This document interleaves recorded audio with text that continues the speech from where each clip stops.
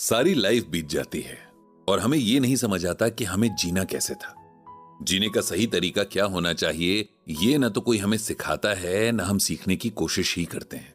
एक बच्चा जब धीरे धीरे बड़ा हो रहा होता है, तब वो अपने आसपास बहुत कुछ ऑब्जर्व करता है, लोगों के बिहेवियर्स को देखता है, उनके डेली रूटीन्स को समझता है, एक दूसरे के प्रति उनके व्यवहार को देखता है और फिर सारी बातों के बारे में मान लेता है कि शायद ये सब नॉर्मल है।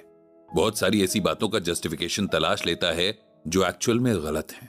इसे ही कंडीशनिंग कहते हैं, जो हमारे मन पर बहुत गहरा असर डालती है और इसकी जड़ें हमारे मन में इतनी गहरी होती हैं कि हमारी लाइफ के हर डिसीजन, हमारे हर थॉट को ये कंट्रोल करती हैं। कंडीशनिंग कहती है कि गुस्सा करना नॉर्मल है, भाई इंसान है तो गुस्सा आएगा ही। कंडीशनिंग सिखाती है कि दूसरे हमें गुस्सा दिलाते हैं, मानो हमारे मन का रिमोट कंट्रोल दूसरों के हाथ में है। कंडीशनिंग है जो रिस्क लेने से डरना सिखाती है और लाइफ के सबसे बड़े सच यानी मौत से भी डरना सिखाती है। इंसान सारी जिंदगी मौत के डर में निकाल देता है और जितनी भी लाइफ उसे मिली है उसे भी एंजॉय नहीं कर पाता। ये सब बातें बृजभूषण जी और पंडित जी और डॉक्टर मुकेश के बीच चल रही थी। डॉक्टर मुकेश, जो कि इंडिया के टॉप कार्डियोलॉजिस्ट में गिने जाते हैं, और वे किसी सेमिनार में पार्टिसिपेट करने पंडित जी के शहर में पहुंचे थे, जहां से सीधे पंडित जी के घर आए, क्योंकि पिछले 5 साल से वे लगातार पंडित जी के गीता ज्ञान ब्लॉग से जुड़े थे और अब जब उन्हें पंडित जी से पर्सनली मिलने का मौका मिला तो वे उनके घर आ गए थे। डॉक्टर मुकेश ने पंडित जी को बताया कि डॉक्टर होने के नाते वे रोज कई लोगों से मिलते हैं, हर उम्र के लोगों से। इनमें से कई लोग तो ऐसे होते हैं जो बिना बहुत कुछ बोले ही बहुत बड़े लेसन्स दे जाते हैं। ऐसे ही एक इंसान के बारे में उन्होंने पंडित जी को बताया था। डॉक्टर मुकेश ने बताया कि एक बार उनके हॉस्पिटल में एक 12 साल का बच्चा एडमिट हुआ था। उस बच्चे को कैंसर था, लेकिन उसके पेरेंट्स चाहते थे कि उसे ये ना बताया जाए, क्योंकि वे नहीं चाहते कि उनके बेटे का बचा हुआ टाइम मौत के डर में निकल जाए। उन पेरेंट्स के लिए यह बहुत मुश्किल काम था कि सब जानते हुए भी अपने बेटे के सामने उन्हें ऐसा नाटक करना पड़ता था मानो सब कुछ नॉर्मल है और उसे कोई मामूली सी हेल्थ प्रॉब्लम है जो ट्रीटमेंट से ठीक हो जाएगी। उस बच्चे का हाथ फ्रैक्चर हो गया था। स्कूल में खेलते हुए वो किसी ऊंची जगह से गिर गया था। उसे ऑपरेशन की जरूरत थी, क्योंकि उस बच्चे के साथ पहले से ही बहुत बड़ा हेल्थ इशू था। इसीलिए उसका ऑपरेशन करने से पहले 4 डॉक्टर्स का एक बोर्ड बनाया गया, ताकि उसके केस को अच्छे से स्टडी किया जाए और सर्जरी से जुड़े रिस्क को भी समझ लिया जाए। मैं भी उस बोर्ड का हिस्सा था, क्योंकि बच्चे के हार्ट में एक छोटी सी प्रॉब्लम थी जो बहुत खतरनाक तो नहीं थी, लेकिन उसका भी ध्यान रखा जाना जरूरी था। डॉक्टर मुकेश ने कहा कि मीटिंग के बाद हम सब उस बच्चे का फिजिकल एग्जामिनेशन करने गए। जब मैं उसके पास पहुंचा तो वो कोई बुक पढ़ रहा था। मैंने उसका ध्यान अपनी तरफ खींचने के लिए आवाज में नकली जोश भरकर कहा, हेलो यंग मैन। उसने एकदम मेरी तरफ देखा, मुस्कुराया और बुक को एक साइड में रखते हुए बोला, हेलो सर, मेरा नाम आर्यन है। इस पर मैंने भी आर्यन को अपना इंट्रोडक्शन दिया और फिर उसकी रिपोर्ट्स देखने लगा। इतनी देर में उसके पेरेंट्स भी आ गए। अगली सुबह आर्यन के हाथ का ऑपरेशन होना था और जो बोन फ्रैक्चर हुई थी उसकी जगह रॉड लगाई जानी थी। मैंने उनसे कल के बारे में बात की और बताया कि ये कोई बहुत बड़ा ऑपरेशन नहीं है, फिर भी हम पूरी तैयारी रखेंगे ताकि आर्यन को कोई भी इश्यूज ना हो। मैं पहले से ही जानता था कि आर्यन को अपने कैंसर के बारे में नहीं पता है, इसीलिए जितना हो सके उसके आगे संभल कर बात कर रहा था। आर्यन एक बहुत इंटेलिजेंट और खुश रहने वाला बच्चा था। उसकी बातों से लग रहा था कि उसे अपनी उम्र के बच्चों से कहीं ज्यादा नॉलेज है। उसके पेरेंट्स जब अपनी बातचीत में बिजी थे तब उसने मुझसे इशारे से पूछा कि क्या मैं उससे 2 मिनट बात कर सकता हूं। मैंने उसके पेरेंट्स को बाहर जाने को कहा और आर्यन के सिराहने की तरफ पड़ी चेयर पर बैठ गया। आर्यन ने मुझसे बहुत ही मैच्योरिटी के साथ पूछा कि उसके हार्ट में जो प्रॉब्लम है वो कितनी बड़ी है। मैंने उससे कहा कि एक माइनर सा इशू है जो दवाइयों के साथ ठीक हो जाएगा। उसने पूछा कि क्या वो अपना हार्ट डोनेट कर सकता है। मुझे उससे इस सवाल की उम्मीद नहीं थी, लेकिन उसने बहुत कॉन्फिडेंस के साथ ये सवाल पूछा तो मुझे लगा कि शायद उसने कहीं अपने टर्मिनल कैंसर के बारे में सुन लिया होगा। फिर मैंने पूरे प्रिकॉशंस के साथ उससे पूछा कि वो ऐसा क्यों सोच रहा है। तब आर्यन ने मुझे बताया कि वो जानता है कि उसके पास ज्यादा टाइम नहीं है और ये बात उसे तब से पता है जब 2 साल पहले उसका कैंसर डायग्नोज हुआ था। उसके पेरेंट्स को लगता था कि उन्होंने अपने बेटे से ये बात छिपा ली है, लेकिन यहां तो बेटे को सब कुछ पता था और वो ऐसे रिएक्ट कर रहा था जैसे कुछ हुआ ही ना हो। मैंने उससे पूछा कि क्या उसे डर नहीं लगता। आर्यन ने कहा कि पहले तो बहुत डर लगा था, लेकिन फिर मुझे एक बात समझ आई कि अगर मैं डरता रहा तो कभी खुश नहीं रह पाऊंगा। इसीलिए मैंने डरना छोड़ दिया। मैं खुश रहता हूं क्योंकि इससे मेरे पेरेंट्स खुश रहते हैं। मुझे लगता है कि जब मुझे मरना ही है तो मैं डर कर क्यों मरूं? मैं खुश रहकर भी तो मर सकता हूं ना। डॉक्टर मुकेश ने पंडित जी को बताया कि आर्यन के जवाब ने उन्हें हैरान कर दिया था। उसने इतनी छोटी उम्र में वो बात कह दी थी जो हम इतनी बड़ी उम्र तक समझ भी नहीं पाए हैं। जब सबको मरना ही है तो फिर मरने से डरना क्यों? डॉक्टर मुकेश ने कहा कि उस दिन मैंने सीखा कि लाइफ का मतलब उसकी लंबाई से नहीं बल्कि उसमें जिए गए टाइम से होता है। जिस पल में आप खुश थे, जिंदगी को महसूस कर पा रहे थे, आपके पास वो लोग थे जिनके साथ आप ठहाके भी लगा सकते थे तो गले मिलकर जी भरकर रो भी सकते थे। और मुझे हैरानी इस बात की थी कि मुझे ये बात एक 12 साल के बच्चे ने सिखाई थी। डॉक्टर मुकेश की सुनाई इस कहानी से पंडित जी बहुत इंप्रेस हुए। उन्होंने भी माना कि ज्ञान की कोई उम्र नहीं है। जो बात एक बच्चा इतनी आसानी से सीख और समझ गया, वही बात हम जैसे कई लोग मरते दम तक नहीं सीख पाते हैं। भगवान श्री कृष्ण ने श्रीमद् भागवत में कहा है कि क्षिप्रम भवति धर्मात्मा शाश्वत शांति निगच्छति कौन्तेय प्रतिजानीह न मे भक्तः प्रणश्यन्ति। इस श्लोक में भगवान श्री कृष्ण अर्जुन से कहते हैं कि हे अर्जुन, वो शीघ्र ही मन से शुद्ध होकर धर्म का आचरण करता हुआ चिरस्थायी परम शांति को प्राप्त होता है। इसीलिए तू निश्चिंत होकर घोषित कर दे कि मेरा भक्त कभी नष्ट नहीं होता है। इसे सिंपल वर्ड्स में समझते हैं। यहां भगवान श्री कृष्ण अर्जुन को अपने सच्चे भक्त के बारे में, उसकी मुक्ति के बारे में बता रहे हैं। भगवान कहते हैं कि जो इंसान अपने सभी बंधन तोड़कर अपने सभी कर्मों को अच्छी भावना के साथ करते हुए उनका फल मुझे सौंप देता है, ऐसे इंसान को परम शांति मिलती है। ऐसी शांति जो कभी खत्म नहीं होती, और ऐसा इंसान जन्म और मृत्यु के जाल से छूट जाता है। जिस इंसान को गीता ज्ञान का ये हिस्सा समझ आ गया, उसे कभी मरने से डर नहीं लगेगा। लाइफ किसको कितनी मिली है ये कोई नहीं जानता, और शायद ये एक अच्छी बात ही है, क्योंकि अगर इंसान को पता होगा कि कब उसका जीवन खत्म हो जाएगा तो शायद उसका जीने का तरीका ही बदल जाएगा। वो हर वक्त उस डेडलाइन के हिसाब से जीने लगेगा। श्रीमद् भगवत गीता हमें जीवन की सच्चाई को एक्सेप्ट करना सिखाती है और प्रेजेंट में जीना सिखाती है। इसके बाद पंडित जी ने भगवान श्री कृष्ण से सबको सद्बुद्धि देने की प्रार्थना की।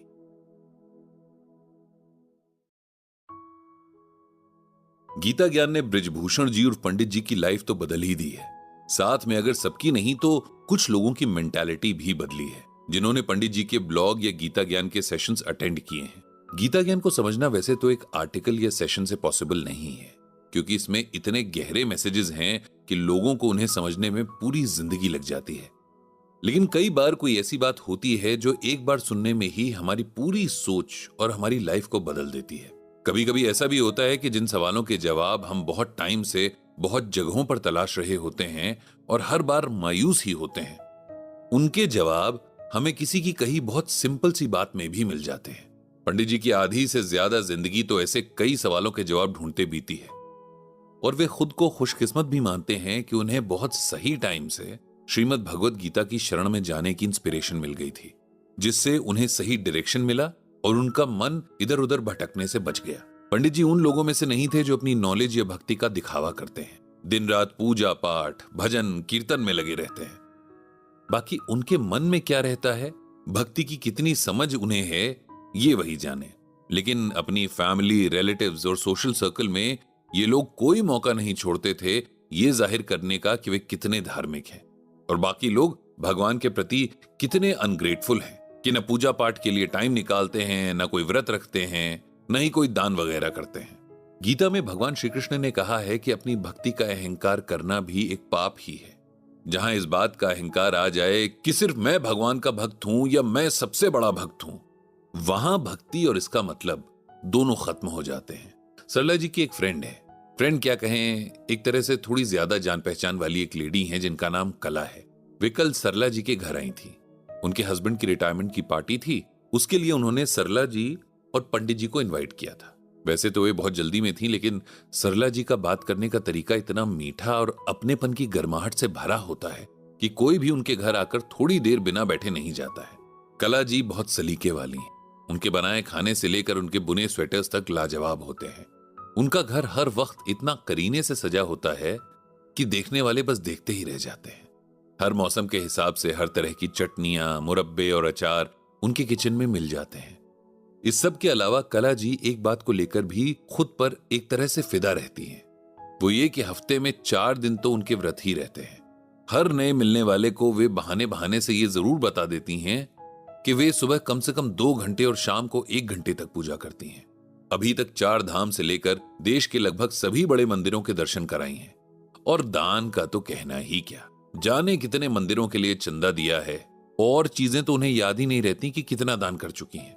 जब तक वे सामने वाले को अपनी भक्ति की गाथाएं सुना सुना कर इंप्रेस होने पर मजबूर ना कर दें, तब तक चुप नहीं होती हैं।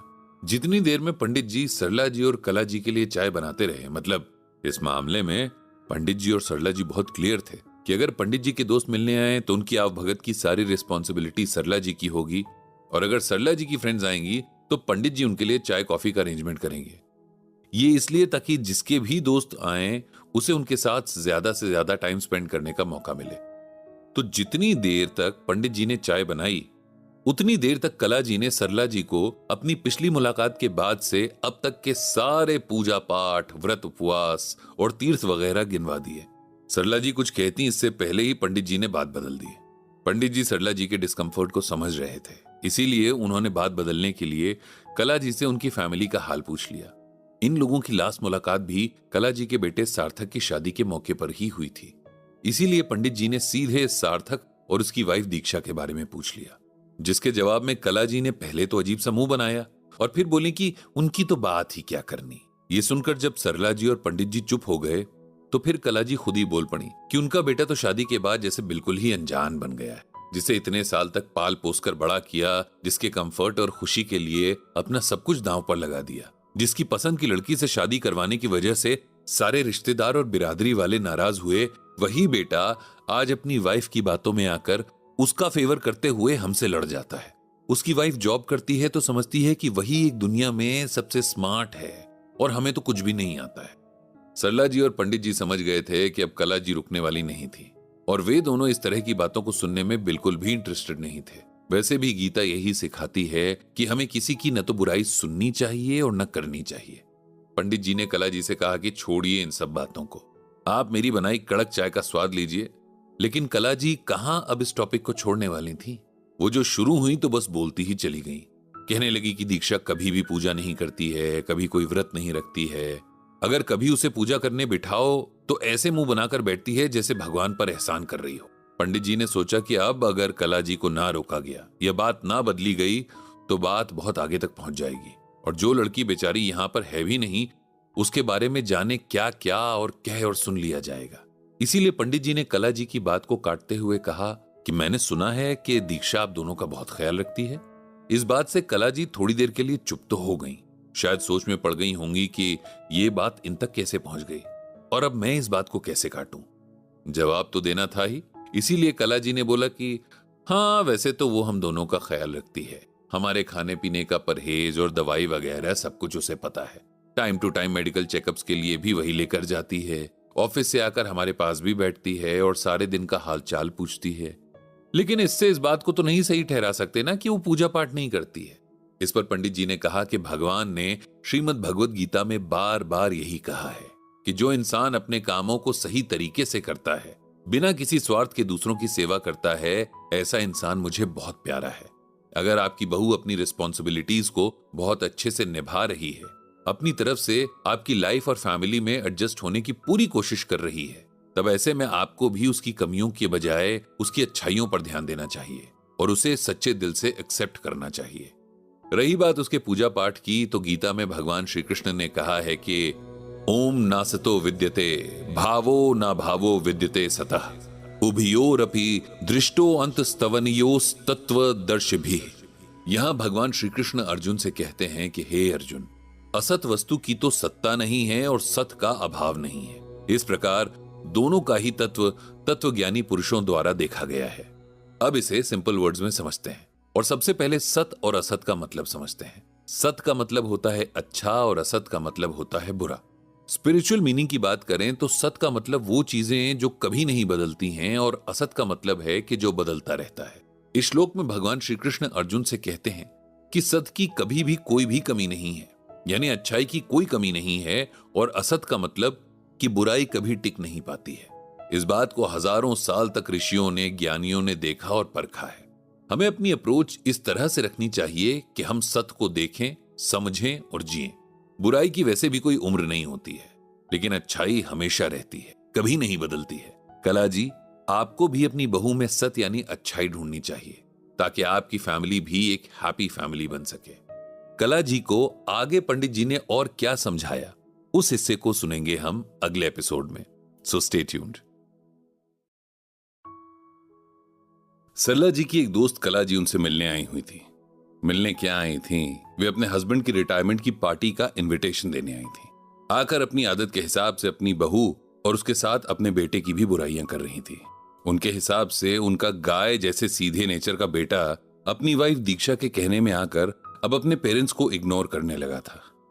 पंडित जी ने उन्हें समझाया भी कि हर इंसान में कुछ अच्छाइयां तो कुछ बुराइयां होती हैं। ऐसा नहीं होता कि कोई पूरी तरह अच्छा हो और कोई पूरी तरह बुरा हो, और इसीलिए हमें यह याद रखना चाहिए कि हम भी पूरी तरह परफेक्ट नहीं हैं। हम में भी जाने कितनी कमियां होंगी। हमें दूसरों में अच्छाइयां तलाश करते हुए उनकी बुराइयों को इग्नोर करना सीखना चाहिए। लेकिन कला जी ठहरी तो कला जी, वो कहां मानने वाली थी। उनकी बहू दीक्षा हाईली क्वालिफाइड थी, बहुत अच्छी जॉब पर थी, और इस सब के बावजूद पूरे मन से अपने इन-लॉज की सेवा करती थी, उनका ख्याल रखती थी।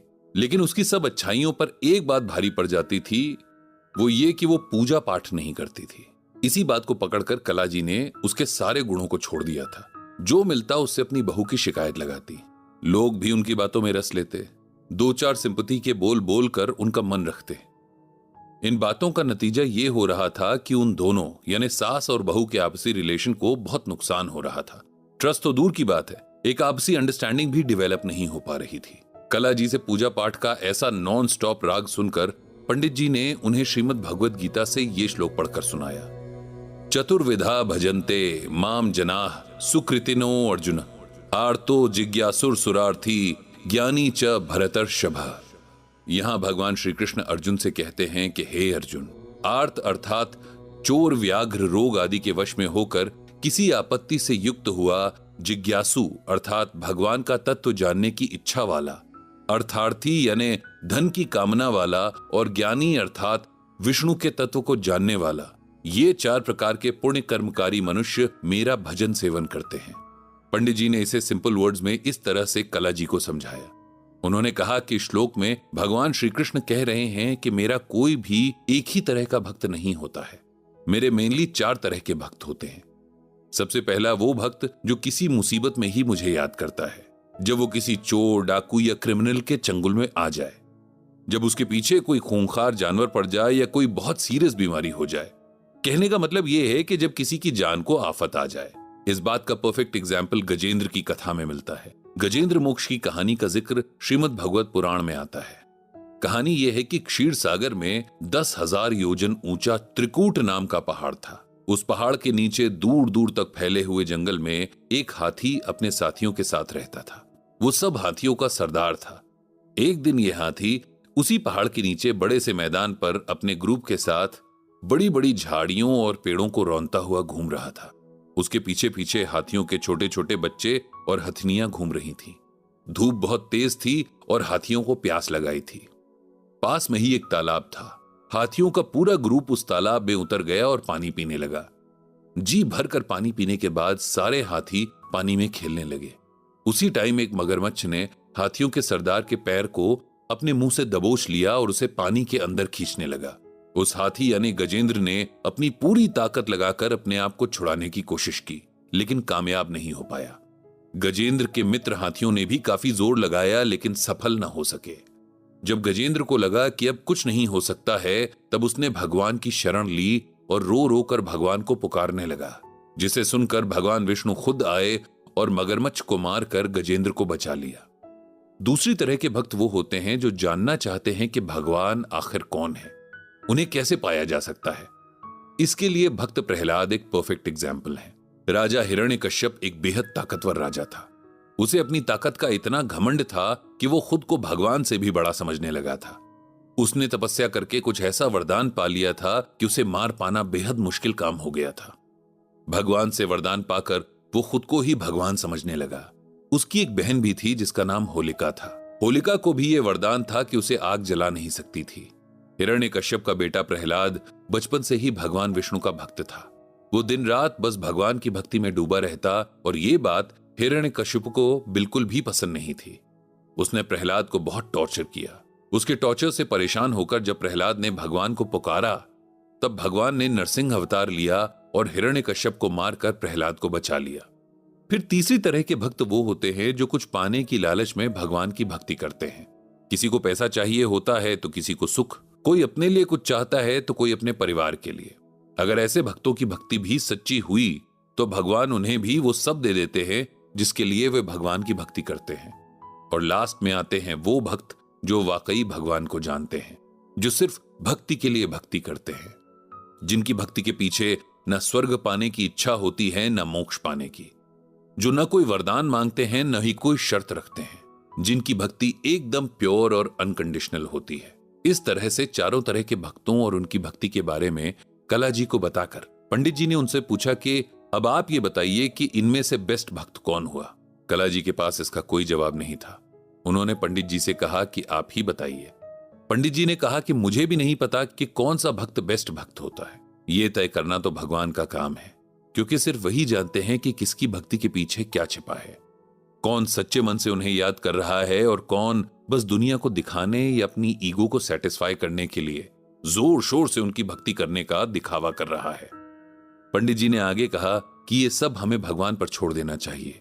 और वैसे भी भगवान ने गीता में निष्काम कर्म यानी बिना किसी इच्छा या स्वार्थ के किए हुए काम को बहुत इंपॉर्टेंस दी है। इसीलिए अगर कोई ऐसा कर रहा है तो वो भी भगवान का ही भक्त हुआ। पंडित जी कला को इनडायरेक्टली दो बातें समझाना चाह रहे थे। पहली ये कि अगर उनकी बहू उनकी तरह घंटों बैठकर पूजा नहीं करती तो इसका मतलब ये नहीं कि वो बुरी है। क्या पता वो अपने मन में भगवान की भक्ति करती हो, या ये भी हो सकता है कि उसका मन और कर्म इतने प्योर हों कि भगवान को वो प्रिय हो। इसीलिए सिर्फ इस बात के बेस पर हमें उसे जज नहीं करना चाहिए। दूसरी बात यह कि कला जी को भी अपनी भक्ति का दिखावा नहीं करना चाहिए, क्योंकि ऐसा करने से उनका और उनकी भक्ति दोनों का ग्रेस कम हो जाता है। कला जी इस मैसेज को कितना समझ पाई कितना नहीं ये तो वही जाने, लेकिन 2-4 मिनट इधर उधर की बातें करके वो चली गई। पंडित जी ने भगवान श्री कृष्ण से प्रार्थना की कि वे सबको सद्बुद्धि दें। नेचर ने हम इंसानों को कुछ ऐसे गिफ्ट्स दिए हैं जिनकी वजह से हम बाकी प्राणियों से बेहतर हैं। इसमें हमारी इंटेलिजेंस के साथ हमारी इमोशनल स्ट्रेंथ भी बहुत बड़ा रोल प्ले करती है। हमें अपने इमोशंस को सही तरीके से एक्सप्रेस करना आता है, सिचुएशंस के अकॉर्डिंग उन्हें छुपाना आता है और मैनिपुलेट करना भी। ये बात जहां हमारे लिए अच्छी है वहीं कई कंडीशंस में खराब भी हो सकती है, खासकर तब जब हम अपने इमोशंस को दूसरों के नुकसान के लिए यूज करने लगते हैं, जब हमारे इमोशंस हमारे ऊपर हावी होने लगते हैं और हम सही गलत की पहचान करना भूल जाते हैं। आज ब्रजभूषण जी और पंडित जी अपने गीता ज्ञान सेशन के दौरान ह्यूमन बिहेवियर की बात कर रहे थे। हम इंसान दिखावे और छल कपट मतलब दूसरों और यहां तक कि अपनों को भी धोखा देने में इतना अंदर तक डूब चुके होते हैं कि वहां भी अपने इमोशंस का सच छिपाते हैं जहां इसकी रिक्वायरमेंट भी नहीं होती।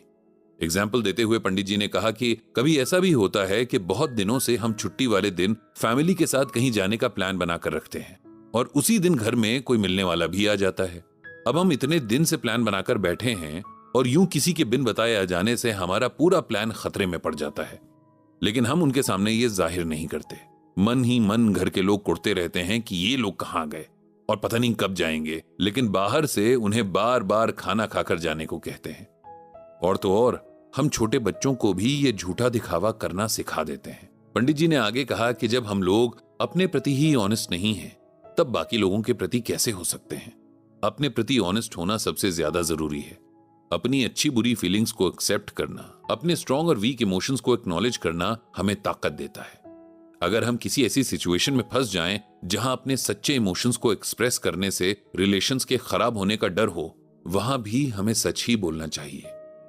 बेशक हमारी टोन हमेशा सही रहनी चाहिए, क्योंकि झूठ बोलकर बचाए हुए रिलेशन भी रेत के महल जैसे होते हैं जो अब नहीं तो तब हर हाल में ढह ही जाते हैं। पंडित जी की ये बात सुनकर ऑडियंस में से एक लेडी बोली कि पंडित जी, अगर हम ऐसे ही सच बोलने लगे तो फिर तो सब कुछ गड़बड़ हो जाएगा।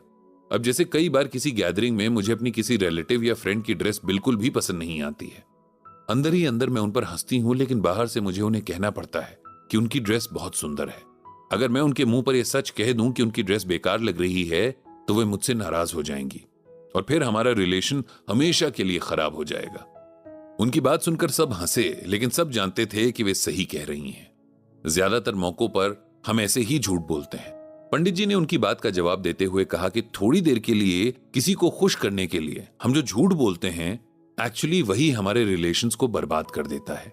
आज अगर हम गौर से देखें तो हमारा हर रिश्ता ऐसे ही जाने कितने झूठों की बुनियाद पर टिका है, और इसीलिए हमें किसी भी रिलेशन में वो प्योरिटी और वार्मथ फील नहीं होती जो होनी चाहिए। हम हमेशा शिकायत करते रहते हैं कि लोग ऐसे हो गए हैं, वैसे हो गए हैं, अब लोगों में अपनापन नहीं बचा, कोई किसी की केयर नहीं करता, वगैरह वगैरह। जबकि इस सब के जिम्मेदार हम सब हैं। कोई भी इस बात की सच्चाई से नहीं बच सकता है। पंडित जी ने सबके साथ कुछ दिनों पहले की बात शेयर की। उन्होंने बताया कि उनके पड़ोस में एक फैमिली रहती है। उस फैमिली में 2 छोटे बच्चे हैं जो अभी प्राइमरी स्कूल में हैं। बच्चों की दादी काफी पूजा पाठ करती हैं। उनके घर में छोटी मोटी पूजा हवन ये सब होता रहता है। उनके घर कोई आ जाए तो सब बहुत प्यार से मिलते हैं, अच्छी खातिरदारी भी करते हैं। अभी कुछ दिन पहले उस फैमिली ने एक पूजा रखी थी जिसमें कॉलोनी से भी सभी लोगों को बुलाया गया था। मैं और सरला जी भी वहां गए थे। बहुत अच्छा अरेंजमेंट था। पूजा भी बहुत अच्छे से हो गई। उसके बाद प्रसाद बांटा जा रहा था। उस घर की 8 साल की छोटी सी बच्ची भाग भाग कर अपनी दादी के साथ प्रसाद बांटने में हेल्प कर रही थी। जब वे लोग मेरे पास आए तो दादी ने बच्ची से पूछा, आप इन दादाजी को जानती हो? इनको गीता ज्ञान की बहुत नॉलेज है। इस पर उस प्यारी सी बच्ची ने जवाब दिया, उस दिन तो आप कह रही थी कि ये दादाजी पता नहीं खुद को क्या समझते हैं, जो हर जगह ज्ञान बांटते रहते हैं, जिसे इन्हीं को सब पता है और बाकी सब बेवकूफ हैं। बच्ची की बात सुनकर दादी तो बुरी तरह झेप गई और इधर उधर देखने लगी। मुझे इस बात पर बहुत हंसी आई। मैंने उस बच्ची के सर पर प्यार से हाथ रखा और मन ही मन भगवान कृष्ण से प्रार्थना की कि भगवान, कम से कम बच्चों के मन में सच की रोशनी बनाए रखना। भगवान श्री कृष्ण ने भी श्रीमद् भगवद गीता में कहा है कि अद्वेष्टा सर्वभूतानां मैत्रः करुण एव च निर्ममो निरअहंकारः सम दुःखः क्षमी संतुष्टः सततम योगी यतात्मा दृढ़ निश्चयः मयि अर्पित मनो बुद्धिर्यो मद भक्तः स मे प्रियः। यहां भगवान श्री कृष्ण अर्जुन को बता रहे हैं कि उन्हें किस तरह के इंसान प्यारे लगते हैं। भगवान बताते हैं कि जो इंसान सब प्राणियों से दुश्मनी के बिना, स्वार्थ के बिना सबसे प्यार करते हैं, सबके भले के बारे में सोचते हैं और बिना अटैच हुए सबके बारे में सोचते हैं, जिनमें अहंकार नहीं होता, जो सुख और दुख में एक जैसे रहते हैं, जिनके मन में दया है, जो पाप करने वाले को भी माफ कर देने वाला है और जो अपनी हर सिचुएशन में सैटिस्फाइड रहता है, ऐसा इंसान अपने मन और सेंसेस को कंट्रोल में किए हुए रहता है। ऐसा इंसान मुझ पर पूरा विश्वास रखता है और ऐसा मेरा भक्त मुझे बहुत प्यारा होता है। हम इंसान सारी लाइफ एक बहुत बड़ी गलती करते हैं। हम भूल जाते हैं कि हम सब उसी परमात्मा के अंश हैं और वो सब जगह है। कोई काम करना तो दूर, हम किसी के बारे में सोचते भी हैं तब भी ये हमारे कर्मों में गिना जाता है और हमारे अकाउंट में दर्ज होता रहता है। इसीलिए जितना अलर्ट किसी काम को करते हुए होना चाहिए, उतना ही किसी के बारे में सोचते हुए भी होना चाहिए। हमारा मन और हमारे काम एक जैसे होने चाहिए। ये नहीं कि मन में कुछ और ही चल रहा हो और बाहर हम कुछ और ही काम कर रहे हों। हम अपनी बॉडी और अपने कपड़ों की साफ सफाई पर कितना ध्यान देते हैं। रोज नहाते हैं ताकि मैल जमा ना हो, कपड़े रोज धोते हैं ताकि हम गंदे ना दिखें, लेकिन अपने मन को भूल जाते हैं। मन की सफाई भी उतनी ही जरूरी है, बल्कि उससे भी ज्यादा जरूरी है। मन की साफ सफाई के लिए इंसान को टाइम टाइम पर अच्छे विचारों की खुराक लेती रहनी चाहिए। पॉजिटिव थॉट्स इंसान के मन में जमे हुए नेगेटिव थॉट्स की धूल मिट्टी और मैल को साफ कर देते हैं। इसके अलावा इंसान को अपनी लाइफ में स्पिरिचुअलिटी को भी अपनाना चाहिए। स्पिरिचुअलिटी ज्ञान का ऐसा उजाला है जो इंसान की लाइफ में पॉजिटिव चेंजेस लाता है। श्रीमद् भगवद गीता हमें मन और कर्म में एक होना सिखाती है। हम जैसे हैं वैसे दिखने की हिम्मत पैदा करती है। इसीलिए गीता पाठ हर किसी के लिए बहुत जरूरी है। यह कहकर पंडित जी ने सेशन को खत्म किया और भगवान से सबको सद्बुद्धि देने की प्रार्थना की।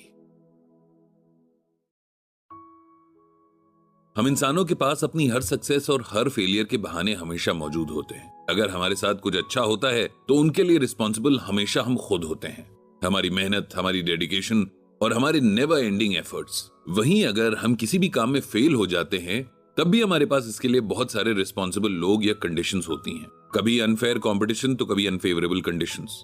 इनको हम अपनी फेलियर्स के लिए रिस्पॉन्सिबल ठहरा देते हैं। अपने अच्छे बुरे दोनों तरह के कर्मों और उनके रिजल्ट्स की जिम्मेदारी ले सकने के लिए बहुत सारी ताकत की जरूरत होती है। ये ताकत हमारे मन की ताकत होती है।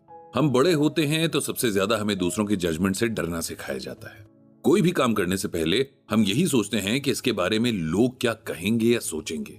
यही डर हमें बहुत सारे कामों को करने से या सीखने से रोक लेता है।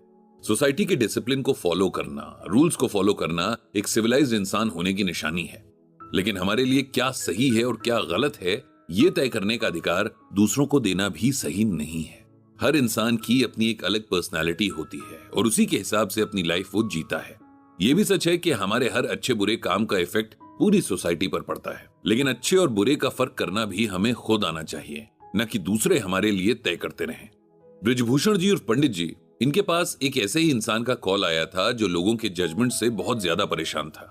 ये लोग उसके अपने फ्रेंड्स थे जिनके साथ उसने बहुत लंबा टाइम बिताया था। और अब जब उसने लाइफ को एक नया टर्न देने का इरादा किया, उस पर चलना शुरू किया, तब उसके इन्हीं दोस्तों ने उसे जज करना शुरू कर दिया, उसका मजाक बनाना शुरू कर दिया और एक अच्छे काम की शुरुआत ही खराब हो गई। पंडित जी कल सुबह रोज की तरह अपना गीता ज्ञान ब्लॉग लिख रहे थे कि उनका फोन बजा। इतनी सुबह उन्हें बहुत कम कॉल आते हैं, इसीलिए उन्हें लगा कि कोई बहुत अर्जेंसी होगी, तभी किसी ने इतनी सुबह कॉल किया है। पंडित जी ने बात की तो पता चला कि यहां मामला अर्जेंसी का नहीं बल्कि एंजाइटी का था। यह कॉल पंडित जी के गीता ज्ञान ब्लॉग के एक रेगुलर रीडर का था, जो पिछले काफी टाइम से उनकी ब्लॉग पोस्ट पर काफी एक्टिव रहता था। पंडित जी को याद आया कि कल शाम को ही तो उसने बहुत रिक्वेस्ट करके उनसे उनका फोन नंबर लिया था। उसने एक के बाद एक 3 मेल किए थे और फिर पंडित जी ने उसे रिप्लाई करते हुए अपना नंबर दे दिया था। उस रीडर का नाम सचिन था और सचिन फॉरेन की किसी बहुत अच्छी यूनिवर्सिटी से पीएचडी कर रहा था। उसको अपने इंडियन कल्चर और माइथोलॉजी में बहुत इंटरेस्ट था, इसीलिए अपनी स्टडीज के साथ साथ इन सब में भी रिसर्च करता रहता था। सचिन ने बताया कि उसका इंडिया के एक छोटे से गांव से अब्रॉड तक का सफर काफी मुश्किल रहा है। वो बहुत छोटा था जब उसके फादर की डेथ हो गई थी। उसकी मदर एजुकेटेड थी, इसीलिए उन्हें उसके फादर की जगह जॉब मिल गई थी। उसके फादर एक गवर्नमेंट स्कूल में टीचर थे। उस टाइम सचिन की उम्र मुश्किल से 2 साल रही होगी। सचिन की मां के लिए इतने छोटे बच्चे की केयर के साथ जॉब को मैनेज कर पाना मुश्किल था, इसीलिए उन्होंने सचिन को कुछ टाइम के लिए उसके दादा दादी के पास गांव छोड़ दिया था। सचिन के दादाजी एक मंदिर में पुजारी थे और उनका ज्यादातर टाइम पूजा पाठ में ही बीतता था। आसपास जहां भी कोई सत्संग या कथा वगैरह होती थी, लोग उन्हें जरूर इनवाइट करते थे। छोटे से सचिन को भी दादाजी अपने साथ लेकर चले जाते थे। यहीं से सचिन के मन में धर्म को जानने और समझने की क्यूरियोसिटी पैदा हुई। उसके दादाजी को बहुत नॉलेज थी और ये सिर्फ बुकिश नॉलेज नहीं थी, लाइफ के एक्सपीरियंसेस की आंच में अच्छे से पकाकर देखी हुई, समझी हुई नॉलेज थी, जिसका पूरा फायदा सचिन उठाता था। वो जब भी दादाजी के साथ जाता तो उसके पास सवालों का खजाना होता था। उसके दादाजी कभी भी उसके सवालों से चिढ़ते नहीं थे, बल्कि पूरी कोशिश करते थे कि उस छोटे बच्चे को और सीखने की इच्छा बने, क्योंकि वे जानते थे कि जिस दिमाग में सवाल उठते हैं वही दिमाग सीखने की भूख रखता है। इस तरह दादाजी की गाइडेंस और दादी के प्यार में सचिन का बचपन बहुत अच्छे से बीता। वो पढ़ाई में बहुत तेज था और गांव के स्कूल की अपनी लिमिटेशंस थी, इसीलिए जब वो प्राइमरी से निकला तब उसके दादाजी ने उसकी मां को कहा कि अब सचिन को शहर के किसी अच्छे स्कूल में पढ़ाना चाहिए ताकि उसका भविष्य बन सके। अब सचिन अपना थोड़ा बहुत ख्याल रख सकता था, इसीलिए उसकी मां उसे अपने साथ ले आई। दादाजी से उसका लगातार कांटेक्ट बना रहा, कभी चिट्ठियों से तो कभी फोन के जरिए। वे उससे कम्युनिकेशन बनाए रखते थे। सचिन ने अपनी स्टडीज के साथ साथ अपनी स्पिरिचुअल जर्नी को भी कंटिन्यू किया। अब उसके पास दादाजी के साथ साथ इंटरनेट का सहारा भी था, जहां उसे बहुत कुछ सीखने और जानने को मिल रहा था। सचिन हमेशा से एक टीचर बनना चाहता था। वो चाहता था कि वो ऐसा टीचर बने जो बच्चों को सिर्फ किताबी नॉलेज ना देकर उन्हें किताबों में लिखे ज्ञान को एक्सपीरियंस करना सिखाए, उन्हें उस नॉलेज को अप्लाई करना सिखाए। पोस्ट ग्रेजुएशन कंप्लीट करने के बाद उसने पीएचडी के लिए वर्ल्ड की टॉप यूनिवर्सिटीज में अप्लाई किया। उसका एम था कि वो वर्ल्ड की टॉप 50 यूनिवर्सिटीज में से किसी एक में सेलेक्ट हो जाए और अपनी रिसर्च कंप्लीट करे। उसका अब तक का एकेडमिक रिकॉर्ड बहुत अच्छा था, इसीलिए उसका ये सपना भी पूरा हो गया था और उसे अपने मन की यूनिवर्सिटी में एडमिशन मिल गया था। यहां तक पहुंचते पहुंचते उसकी स्पिरिचुअल जर्नी भी काफी आगे बढ़ चुकी है। उसकी माँ इस बात को बहुत अप्रिशिएट करती है कि उनका बेटा अपने तन के साथ साथ अपने मन का भी ख्याल रखना जानता है। जब भी उन्हें टाइम मिलता है वे सचिन से तमाम तरह के डिस्कशंस करती रहती हैं। पीएचडी की पढ़ाई बहुत ज्यादा टाइम और डेडिकेशन मांगती है। इसके बावजूद सचिन गीता पाठ के लिए टाइम निकाल रहा था, लेकिन ये बात उसके रूममेट और बाकी फ्रेंड्स को समझ नहीं आती थी। उन्होंने शुरू में तो पीठ पीछे, लेकिन अब सामने से ही सचिन का मजाक बनाना शुरू कर दिया था। उनके हिसाब से सचिन इस मॉडर्न एज में इस तरह का इंटरेस्ट रखने से अपना नुकसान कर रहा है, टाइम वेस्ट कर रहा है। वे तमाम तरह के गलत लॉजिक देकर उसे गलत साबित करने की कोशिश करते, यहां तक कि उन्होंने प्रोफेसर्स को भी उसके बारे में जाने क्या क्या कह दिया था। शुरू में तो सचिन ने इस पर ध्यान नहीं दिया। वो चाहता था कि कुछ दिनों में जब सेटल हो जाएगा ये लोग कितना उसे डिस्टर्ब कर लेंगे, लेकिन अब बात बढ़ती जा रही थी। मजाक उड़ाने तक ना रहकर इंसल्ट करने तक पहुंच चुकी थी। उसे ये सब अब डिस्टर्ब करने लगा था। सचिन ने बहुत कोशिश की कि वो शांत रहे, लेकिन उसका रूममेट और रूममेट के फ्रेंड्स उसकी रिलीजियस बुक्स का मजाक बनाते थे। उसे चिढ़ाते थे कि एक तरफ तो वो वर्ल्ड की टॉप यूनिवर्सिटी में साइंस का स्टूडेंट बनकर रिसर्च कर रहा है और दूसरी तरफ धर्म कर्म की सालों पुरानी प्रैक्टिसेस को भी फॉलो कर रहा है। इस बात पर कई बार सचिन का उन लोगों से झगड़ा भी हो चुका था। सचिन पंडित जी से जानना चाहता था कि सिचुएशन में वो क्या करे, कैसे खुद को कंट्रोल करे और किस तरह से उन लोगों को जवाब दे सके जो उसके बिलीफ्स का मजाक उड़ाते हैं, इंसल्ट करते हैं। सचिन की बात सुनकर पंडित जी को श्रीमद् भगवत गीता में भगवान श्री कृष्ण की कही ये बात याद आ गई। निर्माण मोहा जित संग दोषा अध्यात्म नित्या विनिवृत्त कामा द्वंद्वैर विमुक्ता सुख दुख संज्ञैर गच्छन्ति मूढ़ा पदम अव्ययम तत्।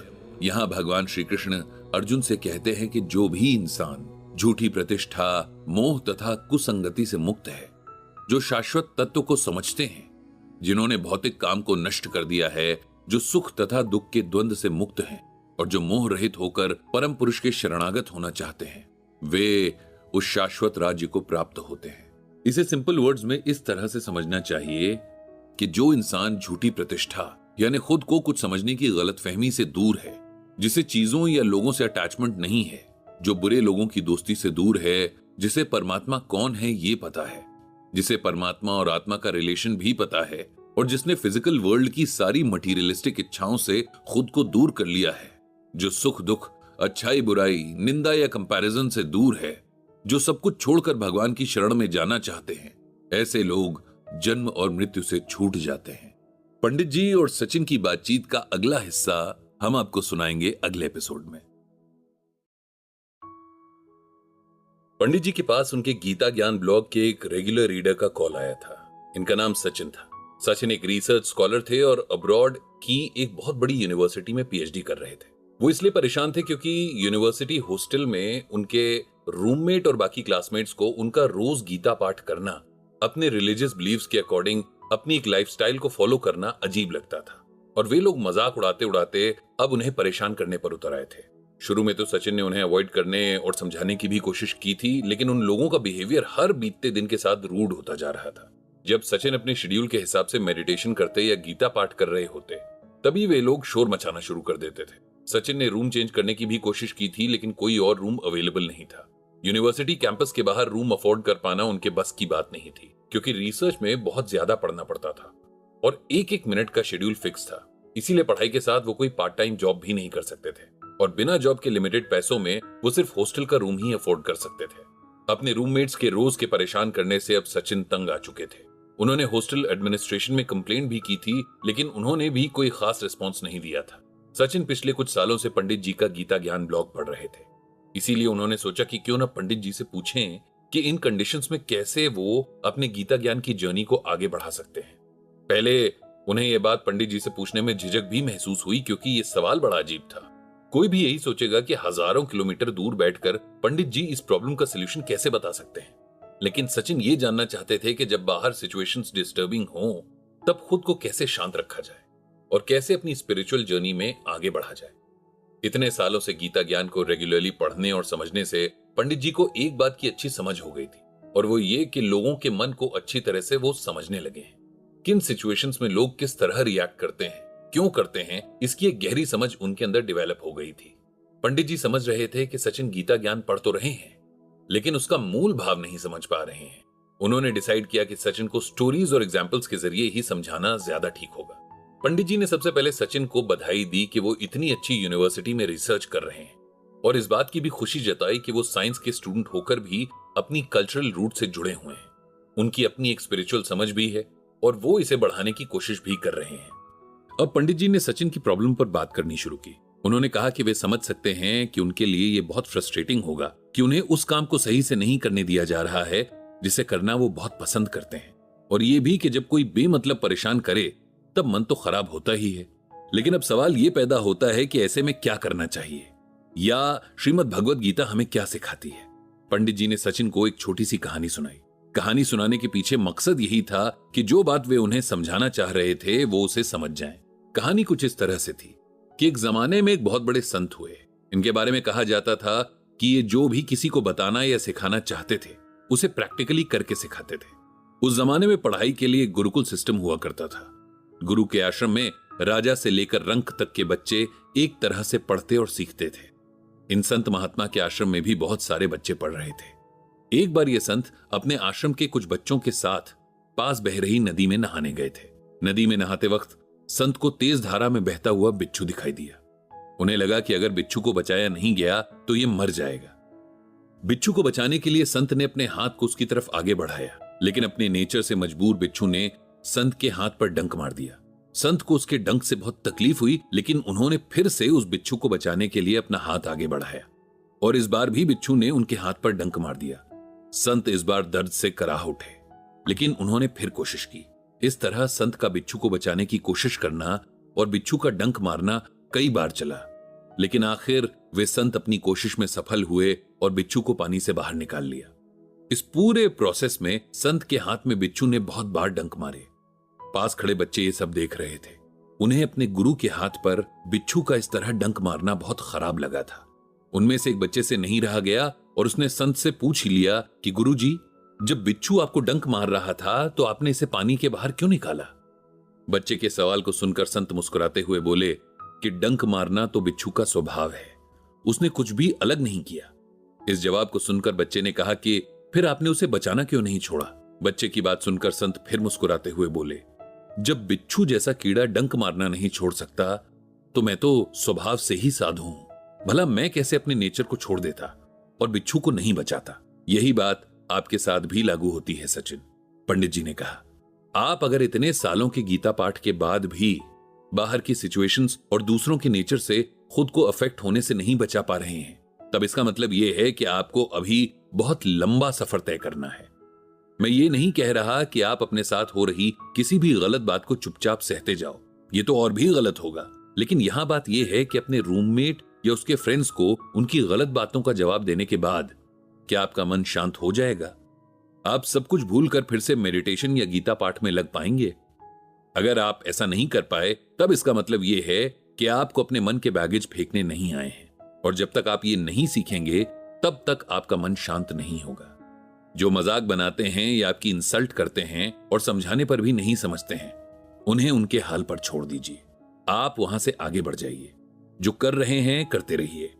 गीता पाठ करते रहने से आप धीरे धीरे लोगों की मूर्खता को अवॉइड करना सीख जाएंगे, और जब आप रिएक्ट नहीं करेंगे तो ये लोग भी आपको परेशान करना बंद कर देंगे। भगवान श्री कृष्ण ने श्रीमद् भगवद गीता में कहा है कि अवजानन्ति माम मूढ़ा मानुषीम तनुमाश्रितम परम भावम जानन्तो मम भूतम महेश्वरम। मेरे परम भाव को न जानते हुए मूर्ख लोग मनुष्य रूप में मौजूद मुझ महाईश्वर को नहीं जानते। इसे सिंपल वर्ड्स में ऐसे समझिए कि जो मूर्ख होते हैं उन्हें पता नहीं होता कि मैं इस यूनिवर्स की हर चीज में हूं, चाहे उसमें जान है या नहीं।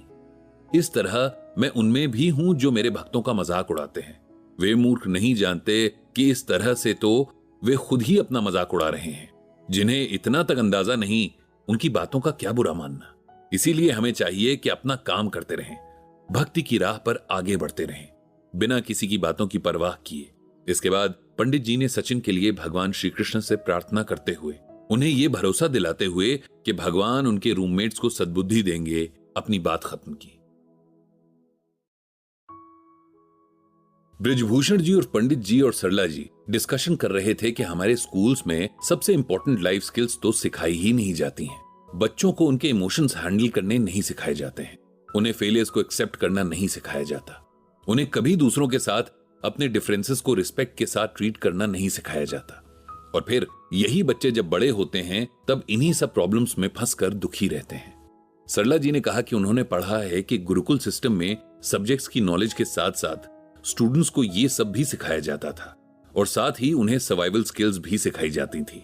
इस पर पंडित जी बोले कि अगर सही उम्र में बच्चों की मेंटल हेल्थ पर भी ध्यान दिया जाए तो उनकी आने वाली लाइफ में काफी चीजें बेहतर हो सकती हैं। आजकल कई स्कूल्स में मेडिटेशन और योग के साथ साथ श्रीमद् भगवत गीता भी बच्चों को पढ़ाई जा रही है, जो कि एक बहुत बड़ा और अच्छा इनिशिएटिव है। पंडित जी कई बार स्कूल्स में गीता ज्ञान सेशन के लिए जा चुके हैं और हर बार उन्हें यही लगता है कि बच्चे किसी भी नई नॉलेज या इंफॉर्मेशन को ज्यादा अच्छे ढंग से एक्सेप्ट और अडॉप्ट कर लेते हैं, क्योंकि उनके पास बड़ों के मुकाबले कम एक्सपीरियंस और उनके कम परसेप्शंस होते हैं। सरला जी से बात करते हुए पंडित जी को ऐसा ही एक किस्सा याद आ गया था, जिसकी यादें ताजा करने के लिए वे सरला जी से उस दिन के बारे में बात करने लगे।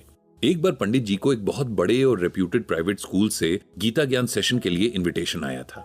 स्कूल का एनुअल डे आने वाला था और उससे हफ्ता भर पहले ही वहां कई तरह के प्रोग्राम्स चल रहे थे। बच्चों के बीच जाने की बात से वैसे ही पंडित जी बहुत खुश होते हैं और फिर इस प्रोग्राम के लिए जो डेट तय हुई थी उसके आसपास कोई सेशन भी नहीं था, इसीलिए ना करने का तो कोई सवाल ही नहीं था। पंडित जी और सरला जी बड़े खुश मन से इस सेशन के लिए गए थे।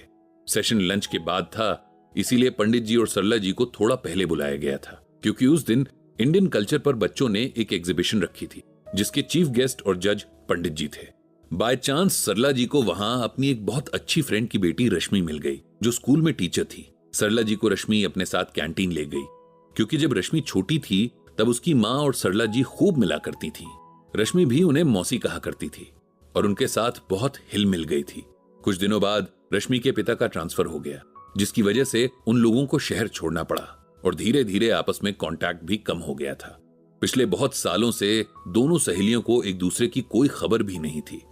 ऐसे में जब सरला जी को अचानक रश्मि मिल गई तो उनकी खुशी का ठिकाना ना रहा। वे तो शायद रश्मि को पहचान भी नहीं पाती, लेकिन उसने उन्हें दूर से ही पहचान लिया था। सरला जी जब रश्मि के साथ बिजी हो गईं तो उस दिन के इवेंट के ऑर्गेनाइजर प्रदीप जी ने 6th क्लास के एक बच्चे को बुलाया जिसका नाम अनय था। उन्होंने अनय से कहा कि जब तक सेशन का टाइम होता है तब तक पंडित जी को आज की एग्जीबिशन और स्कूल के कुछ इंपॉर्टेंट पार्ट्स जैसे लाइब्रेरी वगैरह घुमा दें। पंडित जी भी इस ऑफर से खुश थे। अनय बहुत चुलबुला बच्चा था। पंडित जी देख रहे थे कि लॉबी में चलते हुए भी वो सीधा नहीं चल रहा था, जैसे किसी गाने के म्यूजिक की धुन पर हल्का हल्का सा नाचता हुआ चल रहा था। ऐसा म्यूजिक जो सिर्फ उसके कानों में बज रहा था। पंडित जी से बात करते हुए उसकी आंखों में एक चमक सी आ जाती थी। बच्चों की आंखों की इस चमक को पंडित जी जिंदगी की चमक कहते हैं। अचानक एक जगह पर अनय रुक गया और बोला कि सर, मैं आपको जानता हूं, मेरी बुआ आपका ब्लॉग पढ़ती हैं और पढ़कर मेरी दादी और मुझे भी सुनाती हैं। बुआ कहती हैं कि जब मैं थोड़ा और बड़ा हो जाऊं तब मुझे खुद से गीता पढ़नी चाहिए। पंडित जी को यह बात सुनकर बहुत अच्छा लगा। उन्होंने अनय से कहा कि उसे गीता ज्ञान सुनकर कैसा लगता है।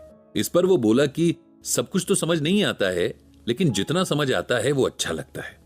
फिर उसने पंडित जी की तरफ एक क्वेश्चन दाग दिया कि मेरी बुआ कहती हैं कि हम जो कुछ भी करते हैं उसका फल हमें जरूर मिलता है, इसीलिए कभी गलत काम नहीं करने चाहिए।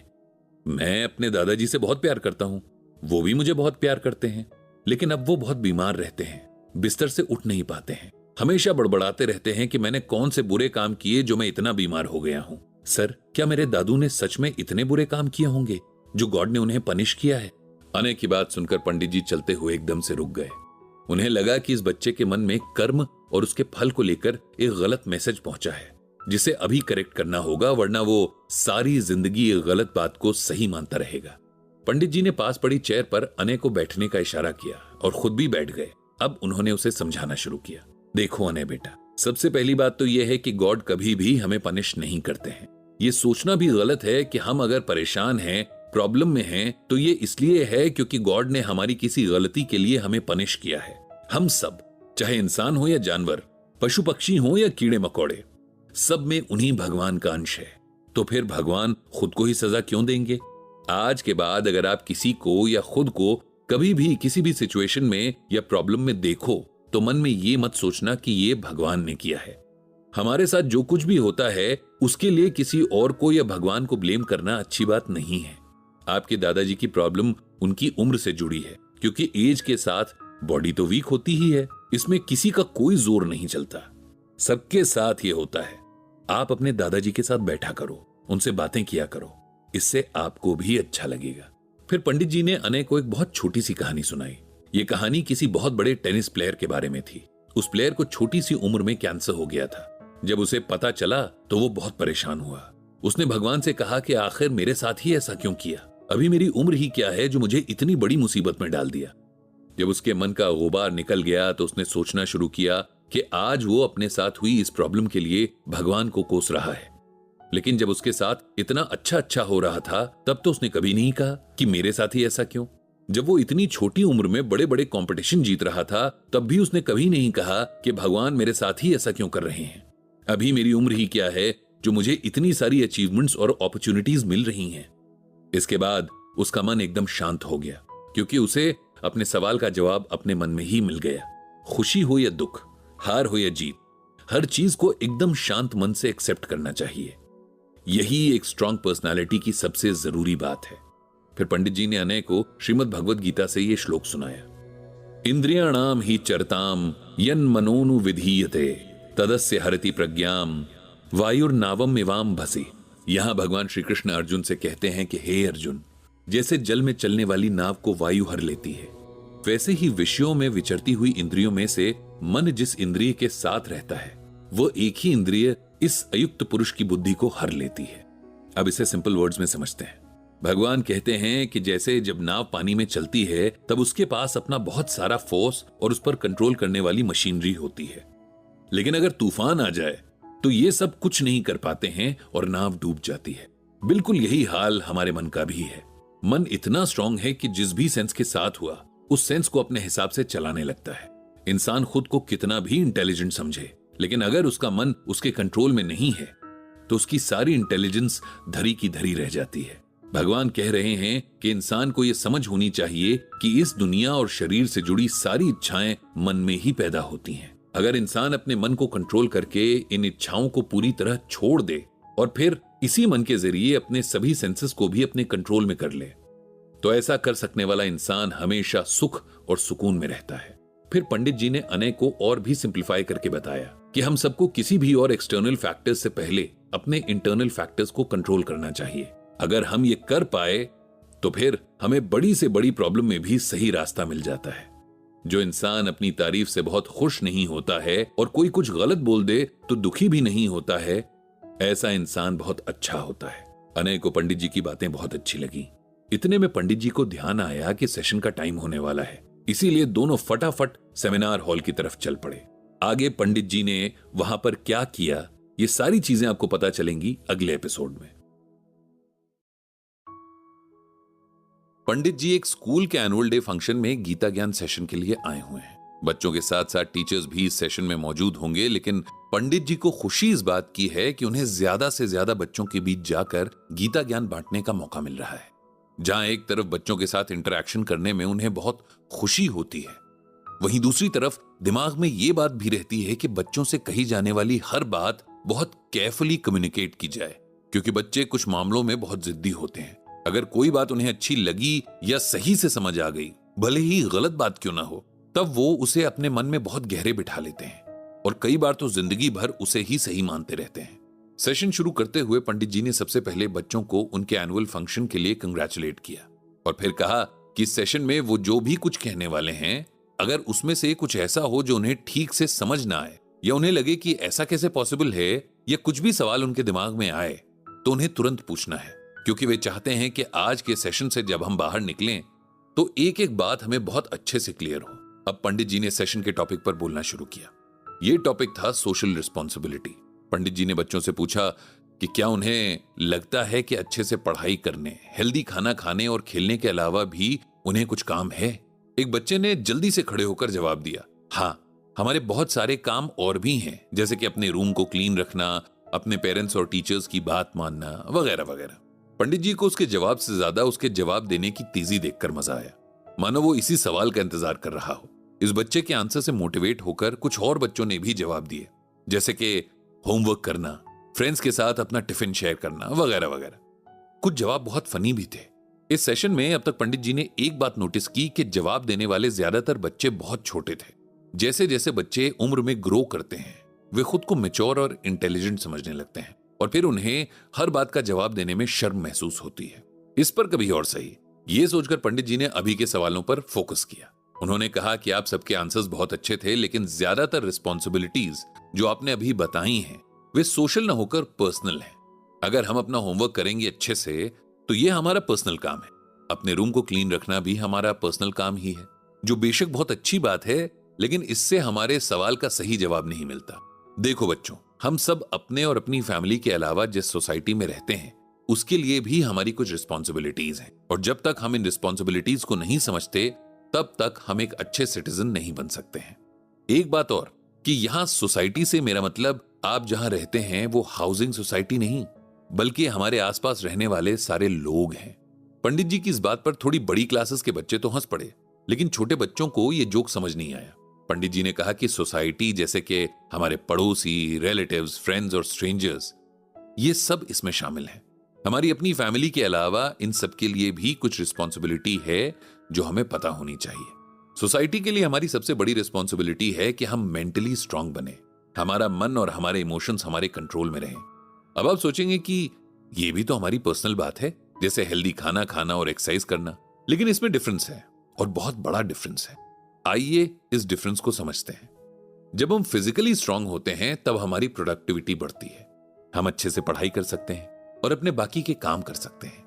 लेकिन जब हम मेंटली स्ट्रांग होते हैं तब इससे दूसरों को भी हेल्प मिलती है, क्योंकि हम अपने आसपास के लोगों से प्यार और शांति से बात करते हैं। हम दूसरों को, उनके ओपिनियंस को रिस्पेक्ट देते हैं। अगर कोई बात हमें पसंद नहीं भी होती तब भी हम कूल रहकर सुनते हैं, अपनी बात रखते हैं। जब हम सब इमोशनली स्ट्रांग होते हैं तब लोग एक दूसरे से लड़ाई झगड़े नहीं करते, आपस में प्यार से रहते हैं और इस तरह सब लोग साथ में ग्रो करते हैं। इसका यह मतलब नहीं कि फिजिकल हेल्थ की इंपॉर्टेंस कम हो जाती है। इसका मतलब यह है कि मेंटली स्ट्रांग होना सबके लिए अच्छा है। अब मैं आपको एक एग्जांपल देता हूं। मान लीजिए कि कोई बहुत स्ट्रांग है, बहुत फिट है, रोज एक्सरसाइज करता है, लेकिन उसका अपने इमोशंस पर कंट्रोल नहीं है। उसे बात बात पर गुस्सा आ जाता है, जरा सी बात से टेंशन हो जाती है, अगर कोई कुछ कह दे तो एकदम से बुरा लग जाता है। दूसरी तरफ एक और इंसान है जो फिजिकली इतना स्ट्रांग नहीं है, लेकिन उसका अपने मन पर कंट्रोल है। उसे गुस्सा बहुत कम आता है और वो अपनी बुराई या तारीफ सुनकर भी रिएक्ट नहीं करता। अगर इन दो लोगों की लाइफ में एक जैसी टफ सिचुएशन आ जाए तो कौन अच्छा परफॉर्म करेगा? कौन स्टेबल रहकर उस सिचुएशन से जल्दी और अच्छे तरीके से बाहर निकलेगा? वही जो मेंटली स्ट्रांग है। इसीलिए मैंने कहा है कि मेंटल हेल्थ बहुत जरूरी है, और श्रीमद् भगवद गीता हमारी मेंटल हेल्थ को स्ट्रांग बनाती है। ये उसी तरह काम करती है जैसे फिजिकल हेल्थ के लिए मल्टीविटामिन्स या टॉनिक्स काम करते हैं। गीता में भगवान श्री कृष्ण ने भी ये कहा है कि जितात्मनः प्रशांतस्य परमात्मा समाहितः शीतोष्ण सुख दुखेषु तथा मानापमानयो। इस श्लोक में भगवान श्री कृष्ण कहते हैं कि इंसान को अपने मन को अपने कंट्रोल में रखना आना चाहिए, और जो ऐसा कर लेता है वही मेरा सबसे अच्छा भक्त है, जो हर मौसम में एक जैसा रहे, सुख हो या दुख हो, कोई रिस्पेक्ट दे या इंसल्ट करे, लेकिन उसे फर्क ना पड़े, जिसका मन हमेशा शांत रहे। ऐसे खुद पर कंट्रोल रखने वाले इंसान के मन में हमेशा मेरा यानी भगवान का वास होता है। पंडित जी ने कहा कि आप सब अभी जिस उम्र में हैं उसे कुछ भी सीखने के लिए बेस्ट एज माना जाता है, और अभी का सीखा हुआ पूरी जिंदगी काम आता है। इसीलिए प्यारे बच्चों, आप सभी को अपने शेड्यूल में गीता पाठ के लिए थोड़ा सा टाइम जरूर फिक्स करना होगा। आप अपने पेरेंट्स या ग्रैंड पेरेंट्स की हेल्प लेकर गीता पढ़ना और समझना शुरू करें। इससे आपको अपनी स्टडीज में भी बहुत हेल्प मिलेगी, क्योंकि गीता में खुद भगवान श्री कृष्ण ने मेडिटेशन के कई ऐसे तरीके बताए हैं जिनसे मन शांत होता है, फोकस्ड रहता है। जब हम रेगुलरली मेडिटेशन करते हैं तो हमारा मन इधर उधर नहीं भटकता। इसके बाद पंडित जी ने सेशन में बैठे टीचर्स की रिक्वेस्ट पर कुछ ऐसे सेंटर्स के बारे में भी बताया जहां छोटे बच्चों को गीता पाठ के साथ मेडिटेशन भी सिखाया जाता था। इस तरह गीता ज्ञान का एक बहुत ही इंटरेस्टिंग और इंटरैक्टिव सेशन खत्म हुआ। आखिर में पंडित जी ने भगवान श्री कृष्ण से सबको सद्बुद्धि देने की प्रार्थना की।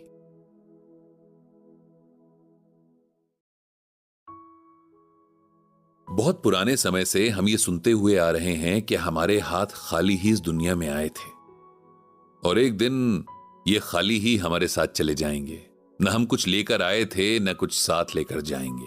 लेकिन ये सब सुनकर भी हम सबने क्या सीखा और क्या किया? कफन में जेब नहीं होती जैसे डायलॉग्स अगर फिल्मों में सुनते तो तालियां बजाने लगते हैं, डायलॉग लिखने वाले और बोलने वाले के फैन हो जाते हैं। लेकिन जब बात आती है इस सुने हुए को खुद पर अप्लाई करने की, तब हम सब भूल जाते हैं।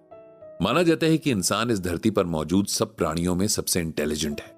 लेकिन ये कैसी इंटेलिजेंस है कि एक बात से मन ही मन अग्री करते हुए कि ये सही नहीं है, उसी को फॉलो करने चल पड़ते हैं। हर कोई जानता है कि हम सबके पास एक लिमिटेड टाइम है जिसमें हमें सारे अच्छे कर्म करने हैं, भगवान की भक्ति करनी है, ताकि जन्म और मृत्यु का ये कभी खत्म न होने वाला सर्कल टूटे और हमें भगवान के चरणों में जगह मिल जाए, मोक्ष मिल जाए। लेकिन सब कुछ जानते समझते हुए भी ऐसा कुछ नहीं करते, और वो सब करते हैं जो हमें और उलझाता जाता है। हम जाल में फंसी मकड़ी की तरह बस उलझते ही जाते हैं। इस सब से हम आसानी से निकल सकते हैं अगर श्रीमद् भगवद गीता को अपनी लाइफ का हिस्सा बना लें, क्योंकि गीता ही हमें सही रास्ता दिखा सकती है, हमें याद दिला सकती है कि हम कौन हैं और हमारा इस दुनिया में आने का मकसद क्या है।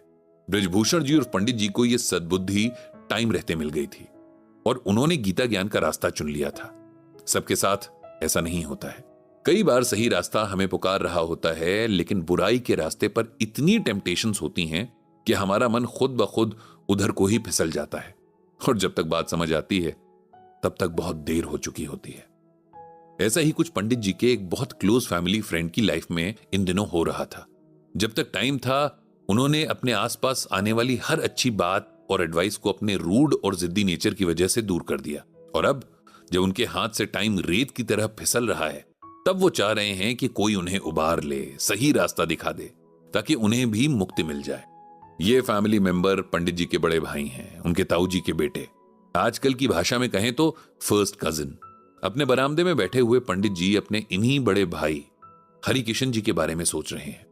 अभी कुछ दिन पहले ही उनके बड़े बेटे दीपक का कॉल आया था कि पापा की तबीयत कुछ खास अच्छी नहीं रहती है, डॉक्टर के पास जाने को कहें तो छोटे बच्चों की तरह रोने लगते हैं और ना जाने की जिद करने लगते हैं। ये जिद्दी नेचर तो हरिकिशन जी को गिफ्ट में मिला था। पंडित जी को बहुत अच्छे से अपने बचपन के दिन याद थे, जब सब भाई बहन हरिकिशन जी से डरा करते थे। पहले तो वे अपने से छोटे बच्चों के साथ खेलते नहीं थे, और अगर खेलते भी थे तो अपने रूल्स के हिसाब से।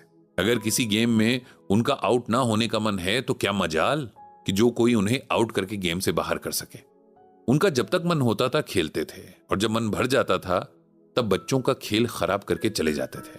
जॉइंट फैमिली थी, बड़ों के लिए सब बच्चे बराबर हुआ करते थे।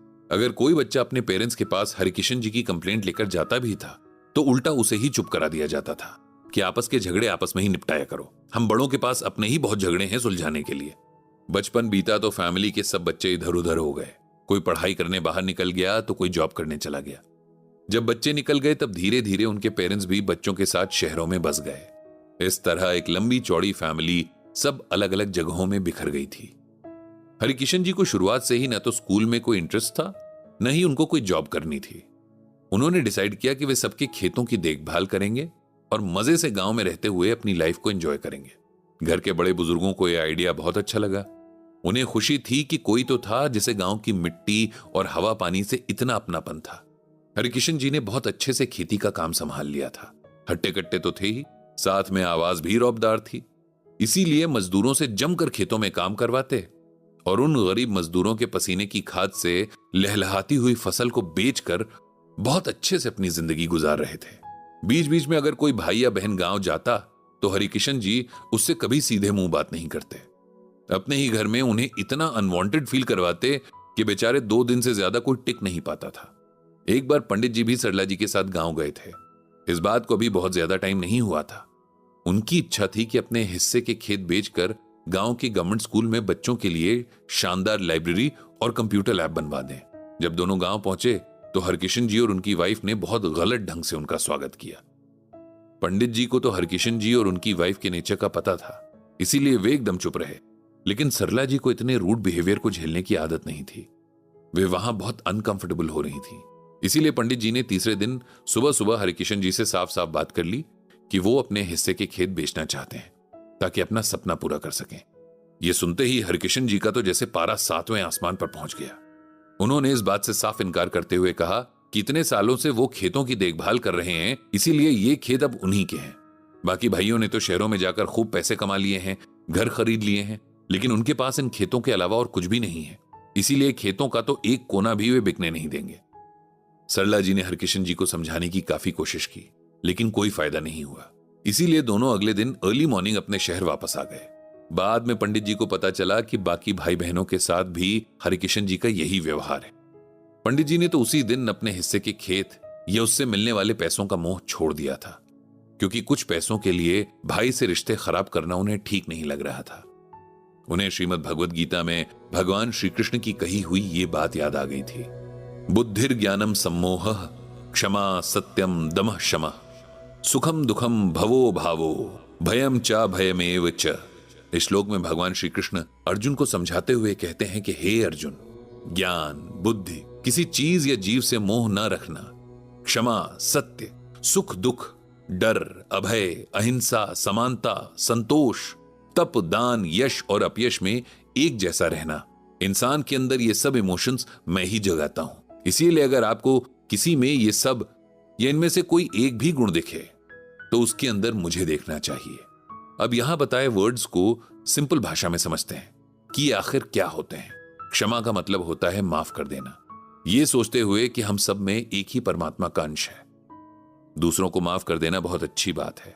सच बोलना, सुनना और सच जानने की कोशिश करना, सुख दुख, बुरे वक्त या लोगों का डर या फिर किसी चीज से ना डरना, किसी के भी प्रति किसी भी तरह का वायलेंस ना करना, सबको अपने जैसा समझना, सैटिस्फैक्शन, भगवान और शास्त्रों के बताए रास्तों पर चलना, जितना हो सके चैरिटी करना और हर सिचुएशन में एक जैसा रहना, ये सब मेरे यानी भगवान के गुण हैं। और अगर किसी में ये गुण दिखें तो समझना कि ये गुण मेरी इंस्पिरेशन से उसके अंदर है।